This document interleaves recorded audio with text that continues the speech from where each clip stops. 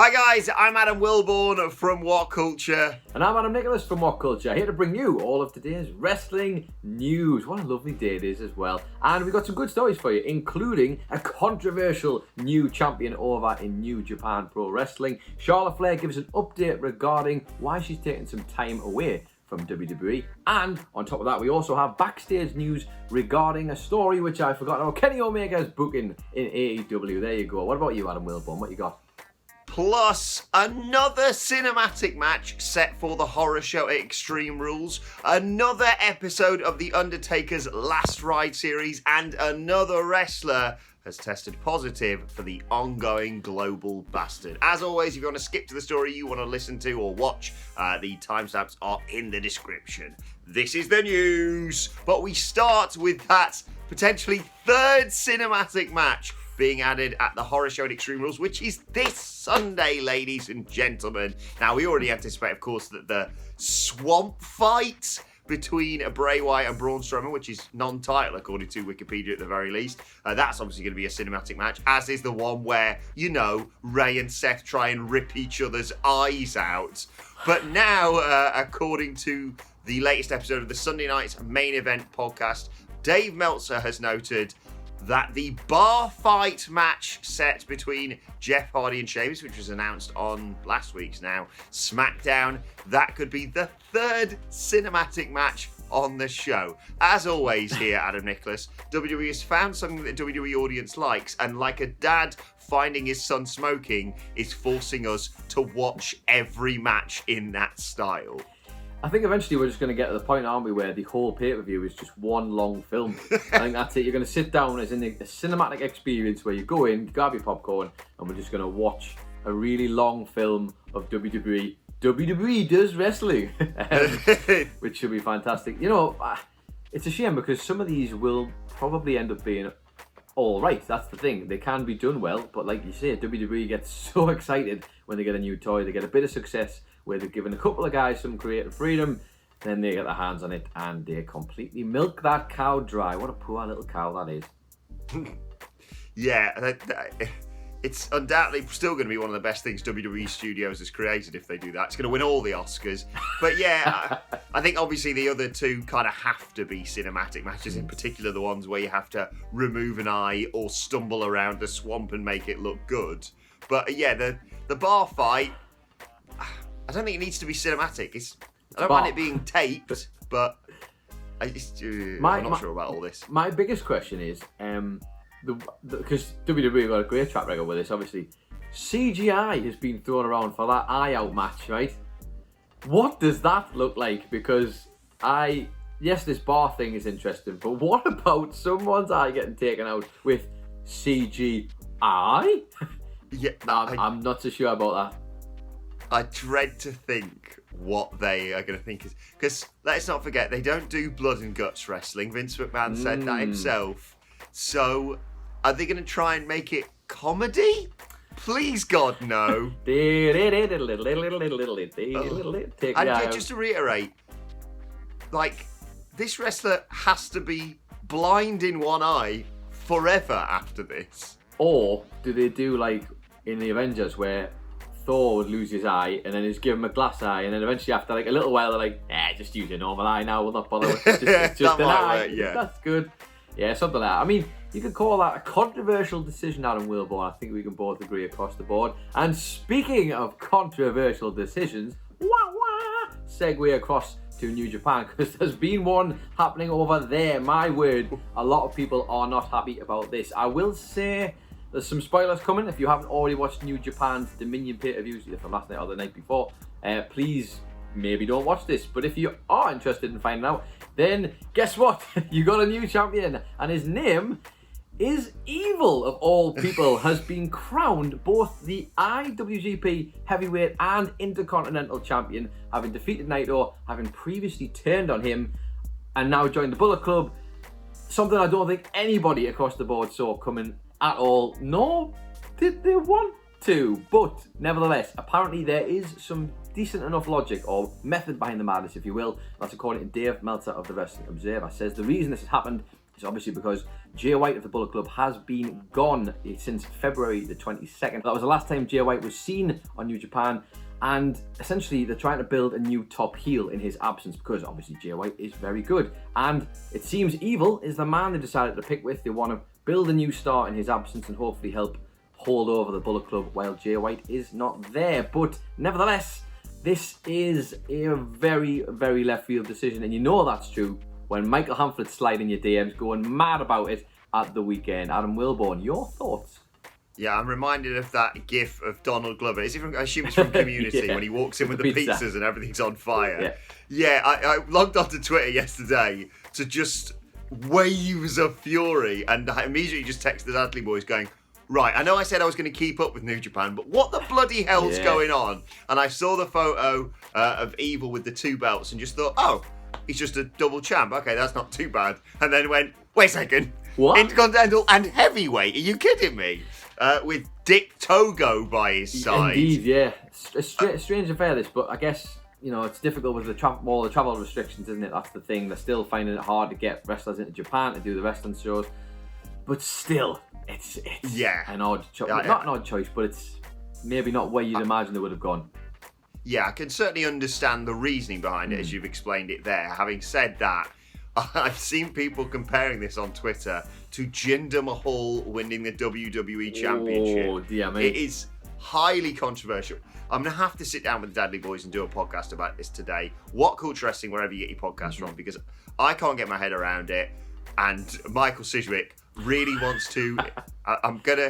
He didn't say this directly, but I think he wants to vent his spleen is the best way of putting it. One good thing you could probably say about all this, if you want to really find a good little thing from it, it's that now both Mr. and the future Mrs. Evil are champions in their respective brands, because of course Io Shirai is a champion in NXT. That makes Evil, what a good little household it is to be part of right now. I mean, one title win was slightly more celebrated than the other, but, you know, congratulations to both of them. Like you say, always look on the bright side. And speaking of power couples, The Undertaker and Michelle McCool, anyone? That is a hard turn I've had to make there. Anyway, WWE Network, it's been revealed by WWE Network News, appropriately. They are going to air a bonus 6th installment of The Undertaker Last Ride entitled Tales from the Dead Man. It's going to air after Extreme Rules this Sunday. And Adam Nicholas, it's almost like whenever WWE says something or someone is never going to be on our screens again, they're just completely lying through their bloody teeth and you shouldn't believe a word they say. What, you mean to tell me that perhaps Undertaker isn't going to be retired forever and won't ever have another match on WWE TV as well, Adam Wilborn? I cannot take that information in because they are so strict when it comes to the last time ever. What I like about this, though, obviously, I think that, you know, the Last Ride series was really enjoyable and we got a lot of stuff out of it, even if it was building a story that I still believe is complete bollocks. My favourite thing about this is called Tales from the Dead Man, so there's not really going to be, like, you know, new developments or new stuff that we've seen through following The Undertaker. It's more going to be sort of like stories you haven't heard from The Undertaker, so it's going to be fascinating. So whoever does the Things We Learned from the Last Ride series, check out that on Monday or whatever it is. But what I also like is the fact it's going to be that, plus, and this is a quote, outtake videos. What is this? What is this going to be? Undertaker slipping on a banana peel with some Benny Hill music in the background or something? I can't picture the Undertaker in outtakes. Undertaker slipping on a banana is now the one thing I want to see most in WWE. All the cinematic matches you're going to do, find a way to get that into one and I'll be happy with a lot of them. That's how the streak should have ended.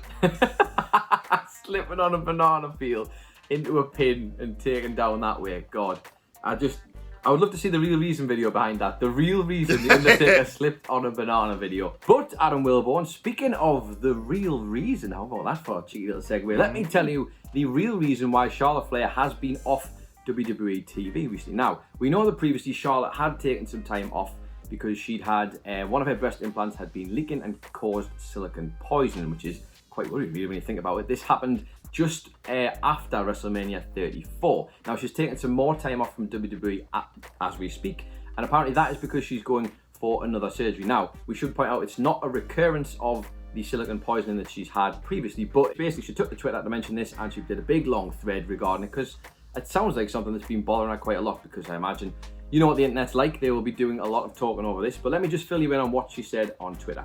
She basically said, "This time I'm going with an option." This is in reference to the current surgery she's going to be getting. "This time I'm going to be going with an option that I believe will solve the issue long time, even though the recovery period is a little longer than I would like. Her previous one being a short-term solution at the time, because she was desperate to get back to in-ring action." She also said, "To clarify, I do not have silicone poisoning this time. The surgery is cosmetic to fix an issue from a prior surgery.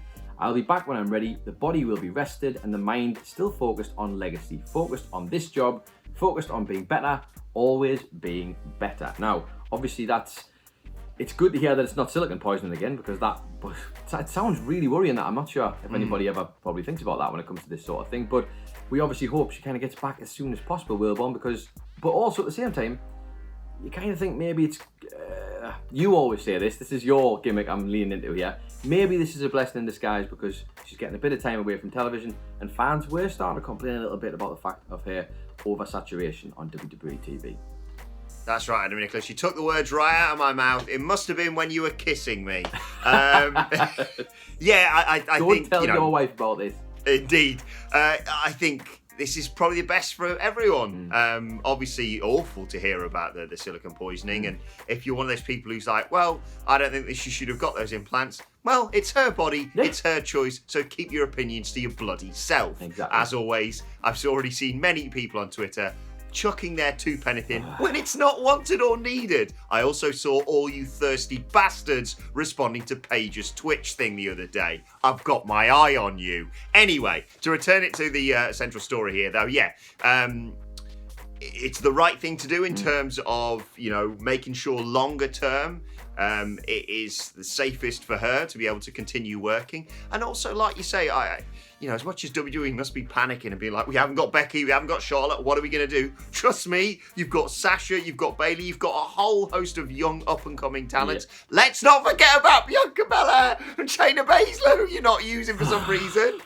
But anyway, I think it's the best for her mental well-being, for her physical well-being, and also just for the audience to have a bit of a break from Charlotte. Like, I love her. We all know WWE are huge fans of her, but they've just been shoving her down our throats without seemingly any sort of long-term story. If they'd done that and then had someone come up and said, look, you've been given all these opportunities, it's outrageous, you're clearly like the golden woman of WWE, that's one thing. But they were just like, oh yeah, you can have a title match here and have a title match here and appear on this show and appear on this show, and is everyone sick of her yet? So I think it's probably, like you say, a blessing in disguise, best for all involved. We wish Charlotte well in her recovery, and I don't know when she's going to come back. There's speculation about SummerSlam. I sincerely doubt that's going to be the case anymore. You sense probably more towards the end of the year, maybe even a return at the Royal Rumble. Who knows? But speaking of recovery, I've got a story I have to really be careful of right now, because it is mentioning the ongoing global bastard. And if you wonder why we always call it the ongoing global bastard, it's basically because, as far as we can tell, if we say the word or words you think you are thinking of, that I'm just implanting in your head by saying ongoing global bastard, YouTube drop a big leg on us and demonetize us left, right, and center, basically. But anyway, former WWE superstar Rusev Miro, as you'll know him now on social media, confirmed earlier today on his Twitch live stream, or possibly yesterday by now, that he tested positive for the ongoing global bastard. He said, I'm absolutely positive. I'm absolutely 100% super mega incredibly positive, which is quite a slant to put on getting the ongoing global bastard. Yes, I got a phone call from the doctor. This is, of course, hot on the heels of the news of Lana revealing that both her mum and dad had tested positive for it. Now, Lana's mum went to the ICU. Serious concerns for her. From the reports I've heard since then, though, she does seem to have recovered slightly. She's doing much better now. Her mum suffered from asthma, hence why it was probably slightly more severe. I think, as far as I've heard, Lana's dad had a slightly milder version of the ongoing global bastard. But yes, most importantly of all, get well soon to Rusev and to Lana's mum and dad. And just stay safe. Everyone stay safe out there. And please, this shouldn't be a thing that I have to talk about. Wear a mask. It's really easy. I wear one and my glasses steam up like a kid in a bloody cartoon or something, and I don't care. It's for the best. Wear a mask. Get well soon, Rusev, Miro, and Lana's mum and dad. Shall we move on to Twitter questions? We could. We do have one more story if you'd like it. Bollocks! Forgot about that one. Kenny Omega. Who even cares about him? Just a small-time wrestler, Kenny Omega, apparently. I should point out before everyone dives in that is not a true statement. That was me just making a joke there. But never mind. There you are, typing away regardless. Anyway, let's talk about Kenny Omega and his booking in AEW. A little bit of backstage news on sort of the reasoning behind it, because let's just put it this way. A lot of the fans who loved Kenny Omega over in New Japan feel like maybe his singles career in particular in AEW hasn't been what they were anticipating. They were thinking, the best wrestler in the world, therefore, by proxy, he must be the best wrestler in the world in AEW. Spoiler, he's still the best wrestler in the world, but he's been doing some other things. Obviously, as we know, he's the tag team champion with, I was going to call him Adam Man, Hangman Padham there. Hangman Adam Page, you will say. And that's been fantastic. The story they've got going on there with the Elite and all the frictions between, brilliant stuff, wonderful stuff. But we have had a report from Dave Meltzer of the Wrestling Observer, who's basically tried to clarify things a little bit. He suggested that the whole plan initially in year one of AEW was for Kenny Omega, because let's not forget, he's also helping to run a company at this point. Like, he's part of the booking team. They're trying to put on live productions every week. That's something he's part of. So the idea of putting on these 40 minutes to an hour match every week doesn't make sense. He's got other things to do now, bro. But yes, basically, Kenny Omega was supposed to be in year one used to elevate the stars around him, which I think we can all pretty much agree he has done. Yes, he took some losses and people were kind of upset that he wasn't winning everything, but look at what he helped across the board. Everybody he's helped along the way. But apparently, the plan was always in year two, according to Meltzer, that's the year that Omega was supposed to be launched as a singles competitor. Now, as we know, they are still the tag team champions, but it is still only July, despite the fact it feels like it's been 3 years this year. I realise that at this point, but we still have time, and potentially, depending on where the storyline goes with him and Hangman Page, that could still be yet to happen. So don't panic, everyone. Kenny Omega's great. Like, it doesn't matter what sort of medium he's in, what sort of singles career, tag team career. Why would you want to rush it? We've got so long to go, and yeah, maybe just get off his back a little bit. Yeah, exactly. I think it's the right decision to make, and they seemingly are able to do this. Look, we all know eventually Page and Omega are going to split. I don't want to happen quite yet. I kind of want it to happen when crowds are there, but that is kind of completely down to AEW. But look, did he succeed in elevating another division? Absolutely. Look how stacked that tag division is right now. Yes, they brought in other imports and what have you. And also, yeah, they had the greatest tag team match of all time at Revolution, in my opinion. Well, this is the thing. He's done the greatest tag team match pretty much of all time. It's right up there. If not, it's right up there with that match against the Young Bucks. But on top of that, if you're Kenny Omega, why would you not want to be part of that tag division right now? It's the hottest thing in, like, the hottest tag division across the world. Doesn't matter what the company is, they are absolutely killing it there, and they have changed the perception of tag team wrestling along with a bunch of other teams. Why on earth would he not want to be part of that right now and let the other guys help, like, the singles competition take off in a different direction? No, exactly. Doing great stuff. And as you mentioned the singles division, we've still got a very, very good world title match coming at Fight for the Fallen this week. We do. John Moxley defending, of course, against Brian Cage, FTW world champion, with Taz in his corner. Right, let's move on to your Twitter questions at WhatCulture WWE. Of course, if you want to get in touch with us. First question today comes from Aditya Sawant.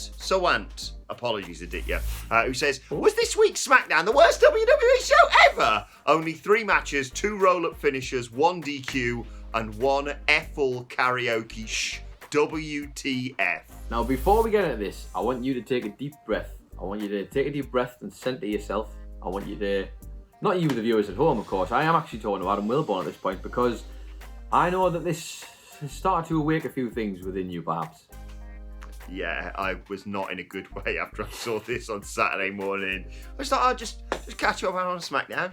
Oh, cool Jeff Hardy segment to start. Oh, okay, some bollocks, and then a distraction from Sheamus, and they're doing a bar fight with a recovering alcohol. Okay, yeah, oh, and he's rolled him up. Look, he's rolled him up, ladies and gentlemen. And then, I mean, obviously you talk about roll-ups, you talk about the fact you had a big championship match, which of course went to a DQ for no bloody reason, aside from watching at the pay-per-view. But the karaoke thing, man. What the bloody hell was that? I mean, look, the one little thing that I would like to pull out of this and offer you in this trying time, as I did and said on my social media over the weekend, SmackDown was a dumpster fire. Correct. That's fine. Everybody's happy with that. I realised the timeline was going mad. But why don't we all just focus on the fact that don't Shinsuke Nakamura and Cesaro look really good in their matching aesthetics as a tag team, and wouldn't you be happy with those guys as tag team champions? That's what I took away from it. Hey, I must have been listening to Simon Miller or watching him a little bit too much, because call me Mr. Glass half full on this particular thing. Aside from the fact that yes, SmackDown was, no matter what kind of glass you've got, an absolute piece of. Adam Wilborn, what's the next question? Second question today comes from Gregory James. He says, "Good day, gents. Curious if you have any thoughts on who you see as a breakout star in the next year or two from each company. For me, I see Swerve and Isaiah Cassidy really jumping onto big things. What do you reckon?" Interesting shouts. I am going to go down. The main roster is the main roster. I tell you what, I'd like to see in the next year on the main roster Bianca Belair be a breakout star. That's one thing I would like to see. But in NXT, I'd like. I'm going to do two because I like NXT's me thing. I like NXT. In NXT, this is a very simple one. But it's one that needs to be mentioned, I guess. Killian Cross. I always call him Killian, but it's bloody Carrion. Even Adam Cole did this on air. Adam Cole called him Killian on air once. Carrion Cross is the man who's going to break out. And by that point, hopefully everybody will understand how to do his name properly at this point. But I think in AEW, Adam Wilborn, there's this guy he's currently a tag team wrestler, but he's working hard, and I think he's got the potential to be a really good wrestler. That man's name is Kenny Omega. Adam Wilborn. There's no promises made. Yes. He's a little bit rough around the edges, but he may just break out. You never know. If he tries really hard, he might just break out. Yeah, I think you might have a shout there. I think Karrion Kross is set for huge things, obviously, in NXT. Cameron Grimes doing some great stuff. It's kind of hard, really, to pick people without it being blatantly obvious that they are being set for... What's his name? What do I call it? Austin Theory? No. What's Cameron Grimes' name? Cameron Grimes! There we go. So I think maybe Austin Theory will do some stuff on the main roster if they book him correctly. And AEW probably won't be around in a year, so it'll be fine. Don't worry about it. I'm joking. I'm joking. Stop hitting the keyboard so hard. Why are you doing it? I don't know. Luchasaurus? Jungle Boy? Right. Yeah, I think they do. I mean, you can say MJF, but that's kind of cheating, so... It's a who's who, isn't it, in AEW? There's so much talent there that's already starting to rise. Tell you what, Abaddon. There we go. There's a bit of a left field one, because she bloody terrifies me. Let us know your thoughts in the comment section about that one, though. Mark Lee Willis gives us our final question of the day, saying, "Morning to you both. Wrestlers' entrance videos used to have much more content to it than nowadays, but it became quite basic. Do you think more effort should be put into them again? And is there one who you thought worked well in the past? Mine was Undertaker's," says Mark. Interesting. Well, it's tough, isn't it? Because if you watch NXT, they do put a lot of time into people's entrances. That was kind of the thing that helped to give it that feel of the wrestling that you've just mentioned there, Mark. I would like to see it happen, but I think WWE's production, certainly on the main roster, is very specific. They want it to be quick turnaround. I mean, just look at how do you take someone like Shinsuke Nakamura, who has the greatest entrance ever in NXT, and you turn it into that. Yes, I realise it was his choice to change the music from a heel perspective, but ultimately, how do you get rid of that entrance? It's so goddamn good, and they do that time and time again, so I'd like to see them do less of that, and maybe these talents who do have these great entrances have them come across from NXT and they get to keep them the way they were. I think right now, obviously, with the fact that we don't have fans there, they're just trying to get people out there and get this show sort of started, aside from, maybe a Taker entrance or whatever. I used to love Shinsuke's entrance. I thought he was a boy popper, and it was the right decision, in my opinion, to change the music and change the way he did it because of what you just mentioned there. I hope anyway, when fans return and we have our first big pay-per-view, they are going to go all guns blazing and hopefully really showcase some talent. Also liked Miz's inflatable awesome letters that he used to have. Yeah.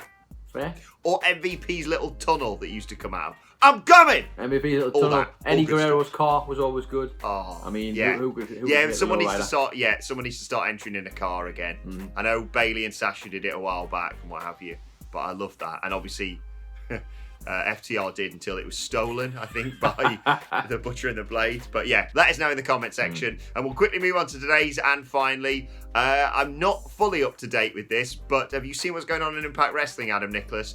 We are currently, or we were yesterday at the very least, into day 5 of the arm wrestle. What? On Impact between Hernandez and Rhino. 5 days into an arm wrestle. Why? Why? I don't know, I just saw an Impact. There's like seconds of them feeding each other popcorn while just struggling, and then it just comes up to be continued. It could go all the way to Slammiversary, this. I tell you love what, it. I think if they commit to that all the way to Slammiversary, all right, I'll be up for that. That's stupid 100%. enough. That makes sense to me. If it's going to be that kind of weird, I'll accept it. What a week of wrestling we've got. I know it's Monday, I know everyone's a bit but we've got Fight for the Fallen. We've got an NXT Women's Championship match on Wednesday night as well. We've got whatever the bloody hell SmackDown decides to do this week. Raw, of course. Dark, and then you've got Slammiversary and the horror show at Extreme Rules. Look, positivity. Please, God, don't let it be positivity. as bad as last Come week, on. aside from NXT and AEW. Right, let us know your thoughts on that and all of today's news stories in the comment section below. Don't forget to like, share, and subscribe. And subscribe to What Culture Wrestling on either iTunes, Spotify, wherever you get your podcasts from, for daily wrestling podcasts. As I said, we'll try and talk about the issues in New Japan and preview Monday Night Raw a little bit later on today. Plus, you can let us know your thoughts and Twitter questions on Twitter at WhatCultureWWE. Watch there, follow both of us. You can follow Adam Nicholas at... It's Adam Nicholas, and you can follow Adam Wilborn at... Adam Wilborn. You can follow us all at WhatCultureWWE, as I said. But for now, my thanks to Adam Nicholas. Thank you for joining us. We will see you soon.